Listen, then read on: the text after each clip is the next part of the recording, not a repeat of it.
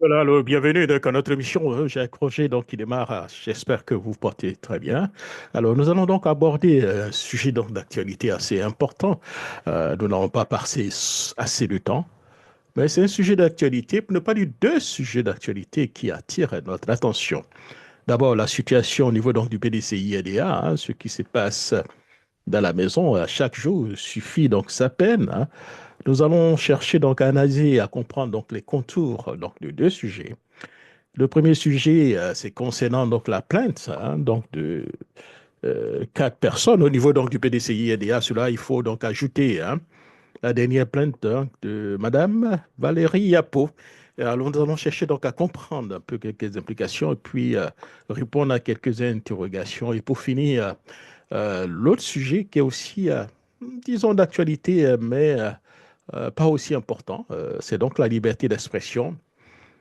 Quant à ce qui connaît, en ce qui concerne l'activiste euh, Johnny Pacheco, alias Chris, si je pense, c'est bien son nom, c'est Chris Yvon. Voilà.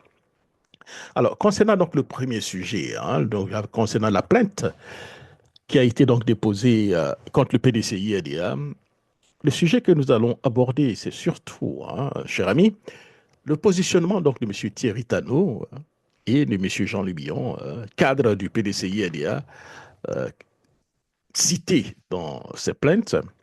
Alors, nous avons donc pondu un article qui a fait couler beaucoup d'encre de salive, à savoir complice silencieux donc d'un complot contre le PDCI.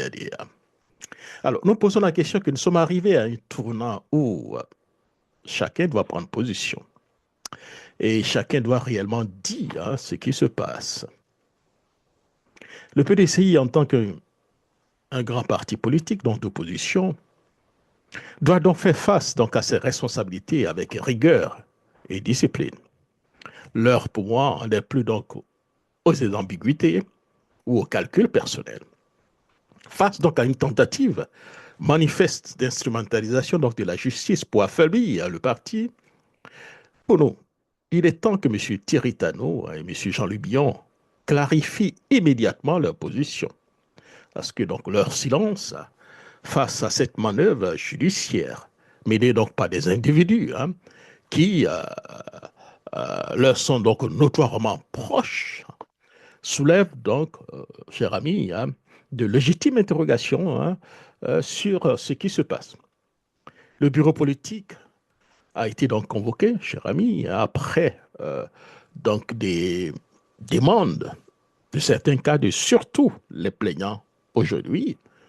Et en allant un peu plus loin, M. Jean-Luc Billon lui-même a toujours mentionné cela qu'il faut forcément un bureau politique et un congrès avant donc les élections présidentielles.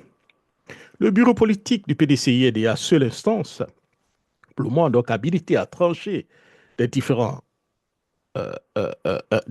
j'allais dire, internes, a été sollicité et se réunira, disons, dans un mois, quelques jours. Toute initiative donc visant donc à contourner pour moi cette voie légitime pour porter un conflit interne devant donc la justice connu pour être instrumentalisé par le pouvoir en place, est une attaque directe contre l'intégrité et la souveraineté du parti, qui est avant tout une association un peu privée. Si M. Jean-Luc Billon et Thierry Tano, pour moi, refusent donc de se prononcer, cela permettra, cela donnera l'occasion à plusieurs personnes de les lier complètement à ce qui est en train de se passer, qu'ils le veulent ou non. De quoi s'agit-il, cher ami? Alors que donc le PDCI-ADA se mobilise pour donc la reconquête du pouvoir en 2025, une manœuvre, moi, indigne, tente donc de s'aimer la division et de fragiliser la présidence légitime de M. Tidiam Thiam, élu avec près donc de 97% donc des délégués du dernier congrès. Derrière donc cette tentative, cette offensive judiciaire se cache pour moi, des ambitions personnelles. Une tentative donc de sabotage orchestré, hein, avec la complicité tacite de certains cadres donc, du parti et d'autres partis du parti au pouvoir et certains opposants. Qui sont ces auteurs? Les principaux instigateurs donc, de cette plainte, on a parlé de M. Bois Joseph, je pense, et on se dit secrétaire de session à Yopogo. De M. Tiemoko Vincent, se disant aussi secrétaire, hein, secrétaire à Democro. De M. Essolat, secrétaire donc, de session à Cocody. Et de M. Apo hein, Kwao, Lucien, se disant secrétaire de session à Boaké. Là où il y a le hic, c'est la majeure partie donc, de ces individus, hein, tous ont été donc aperçus, hein, ou sont souvent aperçus au meeting de M. Jean-Louis Billon, et très proches de son entourage, et parfois proches de lui, assis soit à côté ou au deuxième rangée. Cela nous amène à nous poser donc quelques questions. Donc, avec tout ce qui se passe, hein, beaucoup de militants ont ce droit de se poser donc des questions. Ce qui intrigue donc davantage, c'est que M. Thierry Tano et M. Jean-Louis Billon ont été nommément cités hein, donc dans la plainte. Alors, même hein, qu'ils ont déjà donc exprimé publiquement leur opposition à M. Thiam avant l'élection du président, disons avant même l'élection, hein, pendant le congrès extraordinaire de décembre 2023. Pourquoi M. Jean-Louis Billon et M. Tano n'ont-ils pas immédiatement pris les distances avec cette procédure judiciaire?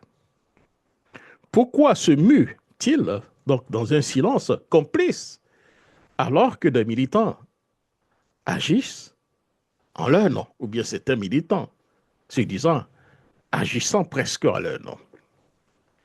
Si ces deux figures veulent donc incarner donc l'avenir donc du PDCI-NDA, pour moi, elles doivent se désolidariser immédiatement et publiquement de cette mascarade orchestrée hein, contre M. Thiam Thiam. Une autre est d'engager donc des débats avant les élections du président, et une autre chose est de continuer pratiquement le même débat après l'élection. Mais je me pose la question, est-ce que les gens savent ce que c'est qu'un congrès? Le congrès suprême d'un parti politique. C'est à ce congrès que toutes les décisions sont prises, cher ami. C'est à ce congrès hein, qu'on forme des lois, qu'on vote des lois, qu'on les amende, cher ami. Donc, en d'autres termes, si le congrès, après avoir étudié un dossier de X et Y qui dit que X et Y est candidat, il n'y a plus rien à dire puisque le congrès est souverain. Vous avez beau être militant actif, mais vous n'avez plus ce droit de vous opposer à une décision d'un congrès, et surtout quand ce dernier, qui regroupe dans ce temps près de 5000 personnes, et 97% décident de voter pour quelqu'un. Mais depuis un certain temps, c'est une demi-douzaine de personnes qui sont sur les réseaux sociaux, certains disent manipulés, hein, qui passent tout le temps à prendre à contre-pied donc des décisions de millions donc de militants. Ce n'est pas juste, parce que dans le pays où nous sommes, cette demi-douzaine qui est sur les réseaux sociaux, forcément on trouvera des personnes pour amplifier ce qu'elles vont dire, étant donné que le PDCI n'a pas seulement que des amis, mais aussi des ennemis, chers amis. Je considère cela pour moi comme une euro-trahison. Le PDCI est une organisation politique forte de centaines donc, de milliers d'adhérents et de millions donc, de sympathisants. Ces différences, j'allais dire, hein, doivent être réglées donc, dans le cadre des instances établies et non à travers donc, des procédures judiciaires abusives qui se profilent, j'allais dire, qui profiteront au RHDP et aux adversaires politiques du PDCI-NDA. Si Mme Valérie Yapo, qui est pratiquement la seule parmi les plaignants qui est sur les registres donc, du PDCI-NDA et autres commanditaires, pense avoir donc le soutien donc, de la majorité des militants parce que c'est ce qu'ils disent. Mais l'occasion est tellement belle dans un mois, amener ces militants et prendre à contre-pied les autres. C'est comme ça un parti politique fonctionne. Une bataille interne où vous imposez votre vue pendant les décisions. Vous contrôlez les décisions et les décisions sont prises en fonction de ce que vous allez dire. Et si vous avez la majorité, cher ami, hein, vous remportez. Mais si vous êtes en minorité, de grâce, c'est ça l'esprit de la démocratie. J'ai peut-être raison, mais la grande majorité, ou bien la majorité absolue, ou bien parfois relative, dit que j'ai tort. Dès lors, je suis obligé donc de l'accepter. Je suis obligé donc de m'adapter à cela, même si dans mon fort intérieur, je ne suis pas donc d'accord. Il m'appartient à moi encore de revoir ma stratégie, hein, afin donc d'expliquer, pourquoi pas imposer mon point de vue hein, à un autre débat. Donc, je dis, pourquoi ces personnes donc précipitent donc l'affaire devant donc la justice, alors que le bureau politique est convoqué dans un mois? C'est aussi très simple. Parce que ces individus savent qu'ils seront humiliés au bureau politique. Ils ne pourront rien dire au bureau politique parce qu'ils ne seront pas suivis. Dès lors, créer donc la confusion avant le bureau politique, créer la confusion pour perturber la réunion du bureau politique, créer donc la chienlit. Vous voyez qu'ils ne sont plus en démocratie là. Ils savent pertinemment qu'ils sont donc en minorité, parce que, cher ami, c'est la même demi-douzaine qui se plaint depuis 2 ans. Où sont donc les milliers de cadres du PDCI, les millions donc de militants? Pourquoi c'est toujours cette demi-douzaine? Le PDCI ne peut donc tolérer que donc, des individus animés hein, par ses ambitions personnelles se servent donc du parti hein, comme un champ donc, de bataille au service donc, de leurs intérêts. L'appel donc à la justice donc, du RHDP contre son propre parti, sa propre formation politique, est une manœuvre pernicieuse et déloyale qui affaiblit donc le parti à un moment crucial, cher ami. Parce que c'est très simple. Pourquoi maintenant? Pourquoi ne pas attendre au Congrès? Aller expliquer son point de vue, puisque c'est ce qu'on a demandé depuis donc des mois. Vous obtenez donc le Congrès et vous décidez de vous exprimer hein, sur les médias, attaquer en justice avec donc des fausses personnes qui n'ont pas du tout le droit pour aller contre les décisions donc d'un Congrès. L'heure est assez grave. Et c'est pourquoi en début d'émission, j'ai été clair que M. Jean-Louis Billon et Thierry Talot doivent éclaircir leur position maintenant. Soit vous êtes avec les plaignants, soit vous n'êtes pas du tout d'accord.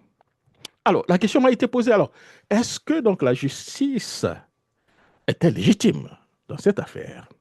C'est très clair. Cher ami, le règlement donc des différends au sein donc d'un parti politique suit pour moi un mécanisme interne bien établi. Un parti politique, quel que soit le PDC ou un autre, fonctionne donc sur la base donc des statuts et règlements intérieurs. Lorsqu'il y a une contestation, elle doit être d'abord traitée à l'intérieur, pour ne pas dire à l'interne, à travers donc des mécanismes compétents, notamment le bureau politique, ici, avant donc d'envisager d'autres actions.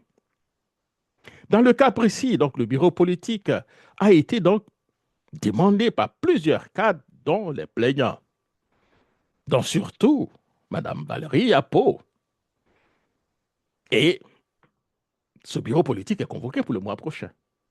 Je pense que le moment est arrivé pour Mme Valérie Yapo, qui pense qu'elle a la majorité, de s'apprêter à aller à ce bureau politique. Mais non, comme un bon Ivoirien. puisqu'on refuse toujours la vérité, on aime toujours la manipulation. Madame Valérie Yapo, et donc, si vous voulez, hein, sur la place publique, dans les journaux, sous son 50 minutes fame, c'est scandaleux. D'aucuns nous disent aujourd'hui qu'elle serait donc proche du PPACI. Alors, pourquoi donc ces plaignants ont-ils choisi la justice avant même d'attendre la réunion cruciale du bureau politique? Pourquoi agissent? Pourquoi, cher ami, agit hein, donc de manière isolée si ce n'est pas pour créer une crise artificielle? Autre élément troublant, cher ami, c'est que tous les plaignants, sauf Mme Valérie Yapo, selon donc le porte-parole du PDCI-LDA,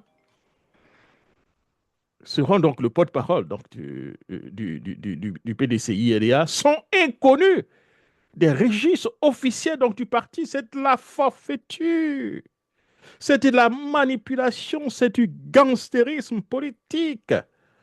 Comment donc des militants qui ne sont même pas connus peuvent-ils prétendre représenter une légitimité populaire pour attaquer donc le parti? Cher ami, si M. Billon ici estime que donc la procédure interne contre lui ou bien contre d'autres personnes sont injustes, il pouvait donc, cher ami, hein, appeler donc les instances donc, du parti comme le bureau politique et le congrès. Même s'il n'est pas du tout d'accord, peut-être là, il peut engager d'autres négociations, d'autres voies, mais tout ceci doit se passer à l'intérieur du PDCI-NDA. Parce qu'on ne dit pas, on ne dira pas qu'on ne va pas me suivre. Si on ne vous suit pas, c'est que vous êtes en minorité. Vous avez le choix de rester ou démissionner. Mais vous n'avez pas le choix donc d'utiliser toutes les aides de la Saint-Jean, soit pour vous imposer hein, injustement en utilisant donc l'appareil d'autres formations politiques pour arriver à atteindre nos objectifs, chers amis. Donc, en d'autres termes, chers amis, la situation est claire. Le bureau politique qui règle donc les différends internes via donc les instances officielles. Le bureau politique a été donc demandé et elle est convoquée pour trancher donc la question. Donc, aller en justice avant donc la réunion du bureau politique est une volonté de nuire et non de défendre une cause. Les plaignants ne sont pas donc des figures reconnues au PDCI-EDA, ce qui pose donc le problème de légitimité. Bion, lui, a été donc convoqué par les instances donc, internes, tandis que, cher ami, les plaignants ici ont utilisé la voie donc, de la justice. En politique, il y a des règles, cher ami. Ceux qui veulent donc les contourner à leur propre, pour ne pas dire pour leur propre agenda, ne peuvent pas se plaindre des conséquences. Et pour moi, cher ami, les conséquences doivent être assez graves. Nous vivons dans une situation peut-être un peu difficile, il est difficile, hein, excusez-moi cette répétition, de prendre des décisions maintenant, à la veille d'une élection présidentielle. Mais on ne peut pas faire des omelettes sans casser des œufs. Vivement le bureau politique, dans un mois, quelques jours, afin que tout cela puisse être réglé. En attendant, cher ami, hein, moi et sûrement, ce n'est que, cher ami, hein, une tempête dans un verre d'eau. Merci beaucoup. Et c'était donc Jacques Roger. Nous allons revenir donc au deuxième segment dans quelques petites minutes. Et en attendant, vous pouvez toujours continuer à suivre nos émissions donc Jacques Roger. Ça fait pratiquement quelques temps que moi-même, je ne fais pas donc des émissions. Vous avez eu donc cette possibilité donc de suivre M. Kwasi Dougan et Sister Sarah donc dans ces émissions. Merci et à très bientôt.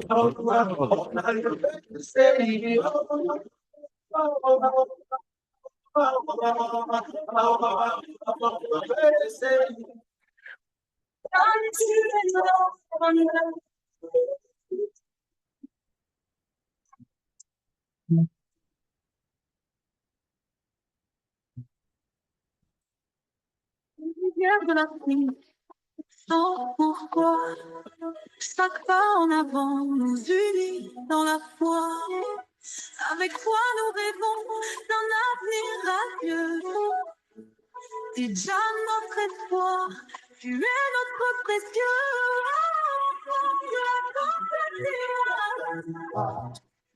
Il ne puisse que la terre éclaire notre espoir.